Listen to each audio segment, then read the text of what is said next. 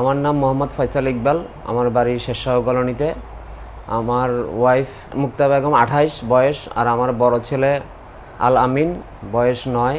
আমার ছোট ছেলে আবদুল্লাহ বয়স 7 বছর। তারা মাদ্রাসাতে লেখাপড়া করে, বাইজিদ মুস্তামি মডেল মাদ্রাসার, আল কোরআন মডেল মাদ্রাসায়। তারা গত 11/8/2024 রোজ রবিবার আমি যখন অফিসে যাওয়ার পরে আমি যখন বাসায় খবর নেই, ফোন দিই, তখন দেখি যে আমার ফোন রিসিভ করে না, ফোন বন্ধ থাকে।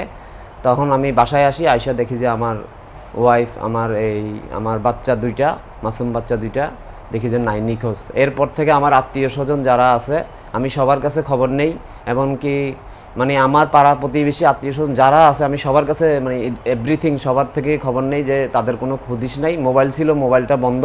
তখন আমি এই বাজিদ থানায় যাওয়ার পরে আমি থানার মধ্যে ডায়েরি করি, নিখোঁজ ডায়েরি করি।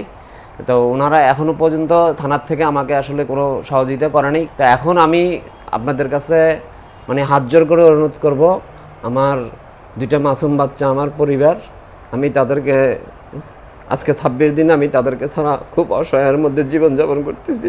আমি আপনাদেরকে রিকোয়েস্ট করব, আমার এই পোস্টটা করা হবে, এই পোস্টটা আপনারা শেয়ার করবেন পুরো বাংলাদেশের মধ্যে, চট্টগ্রামের মধ্যে আপনারা ছড়িয়ে দিবেন, যেন আমি আমার মাসুম বাচ্চা দুইটাকে এবং আমার পরিবারকে ফিরে পাই।